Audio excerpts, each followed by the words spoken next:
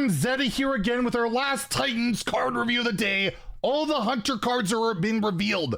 5 remaining cards. We've got secrets, weapons, incredible burst, a lot of good stuff to go over, as well as if you want to win these cards, 2 mega bundles, 2 standard bundles are being given away out of my pocket. All you have to do is like and comment in the video description below. Be subscribed to the channel. If we hit 71,000 subs by 9 days from now, we will add another mega bundle. So hit that sub button, make me go broke. So don't have the official art yet, but we have the reveal from Blister Guy, and we're gonna go through these images as best as we can as we have the bait and switch, a new Hunter secret, 2 mana, no spell school on it that I can tell, that gives basically when a friendly minion is attacked, give it +3/+3. So it's like a +3/+3 buff on any minion that's on the board, and when it's attacked, it's gonna get that buff, so it might survive the attack, kill the minion. And these type of secrets can be quite frustrating because, well, is it explosive trap? Is it freezing trap? Should I go face? Should I try and trade? Should I test for it? It can be a rather problematic. It's not quite like tempo driven as getting like the 3-drop wandering monster. Not the best defensive option. If your opponent, again, ignores your minions, well, then it doesn't work so well. Or it also doesn't work with like spell removal, right? They have a spell hit on them. It's not going to proc the secret, but overall, it's probably pretty decent. It's kind of hard to not attack into Hunter minions, and we have, you know, that costume whatever card. The 1-drop that draws secrets has made secrets so much better in Hunter that they're worth running just because, well, that card's pretty nutty, and now you play that, and you might even be able to protect it with this secret. I'm gonna give it a 3 out of 5. In standard, in wild, just because like it makes things really hard to kill, and it just is going to mess with the opponent in how they interact with your board, so that could be quite frustrating. Next, we have a new forged card, the Titan Forged Traps, a 2-mana spell, discover and cast a secret. So even without forging this, that's not bad, right? You discover, get a secret, you cast it. It's basically, you know, 2 mana worth of value right away. It's, you know, a secret costs 2 mana. You might not get exactly what you want, so there's a bit of that downside, but maybe you get something really good that's not even in your deck, or you already played 2 wandering monsters and you get a 3rd. That could be quite good. However, if you forge it, so you spend 2 mana to upgrade this, you do it twice. You discover and cast a secret, and then you discover and cast another secret. That's really powerful. So this is one of those forged cards that even without it being forged, not bad. And if it is forged, is really darn strong. So you look out for this card. This might actually be a good forged card. They have looked pretty weak, but this one to me is not bad. It's not going to break the game. It's just a good curve filler and can give you some defensive options or bait and switch your opponent with that secret we just looked at. So again, I'm gonna give it a 3 out of 5 in standard, 3 out of 5 in wild. It's a solid card. Again, not amazing, but not bad. And especially if you do want to play the, you know, get your custom weapon, this would work towards that in terms of forging a card. Then we also have this spell, which is rather scary. Always a bigger Jormonger. A 1-mana spell. It does not look like it has a spell school. Give a minion +2 attack and excess damage dealt by attacks hit the enemy hero. So very similar to that old trampling rhino. It was like a 5/5. It would hit a minion, the excess would go face. So you could just build a really high attack rush minion in particular, slap this on for dirt cheap, give it +2 attack, and possibly just murder your opponent.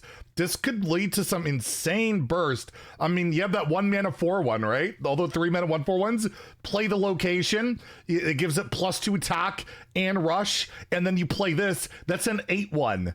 Then you know, the excess goes face, and that's only what, a 3-mana or 4-mana combo. So it's pretty scary, and that's probably not even a good combo. So you can imagine what type of damage this card can do.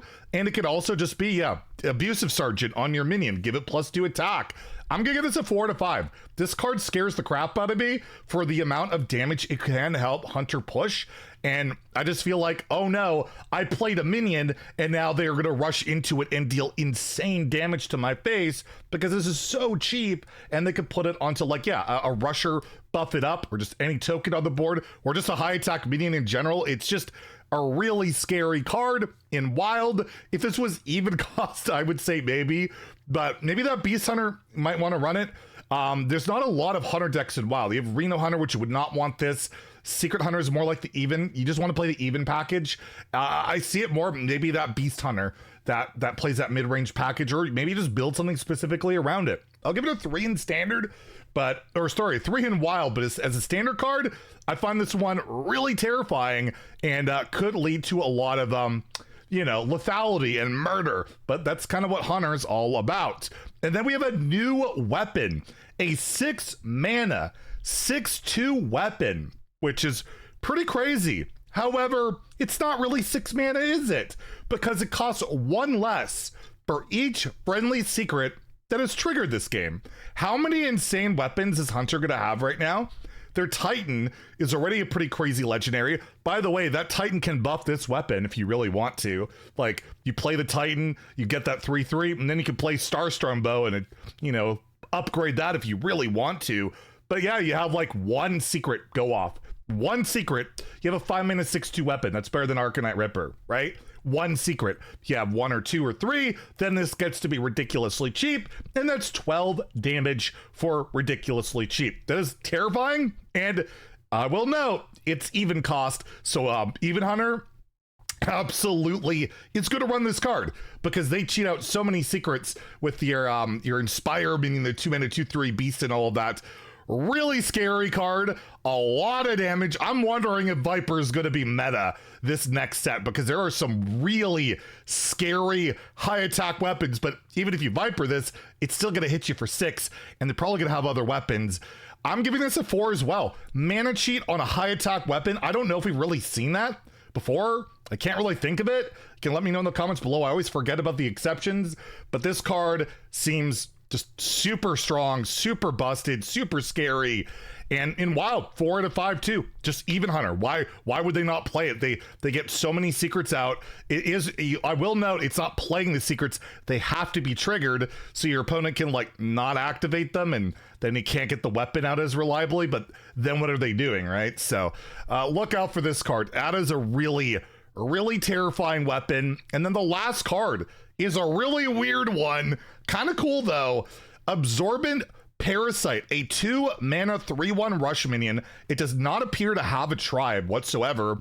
However, despite that, it has magnetic, despite not being a mech, and on top of that, it has rush, and even further on that, it can magneticize to mechs and beasts. So this is the first ever magnetic minion that's not a mech that I'm aware of, and the first ever magnetic minion that could just attach to any beast on the board. So it's not useless in your hand as a 3/1. It has rush. You could play a beast, then play this on that beast, which would then give it rush as well, or just slap it onto a mech, give that rush. This is a very versatile card, really cool card, I think, pretty unique, and it can slot into, you can play it in a beast deck. You don't even need to run mechs. Just play a lot of beasts. That's all you care about. Of course, it could go into mechs as well. Very flexible, very versatile. And if you absolutely need to, you can play a 2 mana 3/1 rush. That is certainly a viable play. Again, I'll give it a 3 out of 5 in standard Wild. Just a versatile, good, solid card. Probably not going to break the game, but will be pretty darn fun to play with. And there you go. Those are all the Hunter cards. Hunter got a lot of good stuff this set. They're already really good, and I feel like they're going to be murdering us all with 0 mana, 6/2 weapons in particular.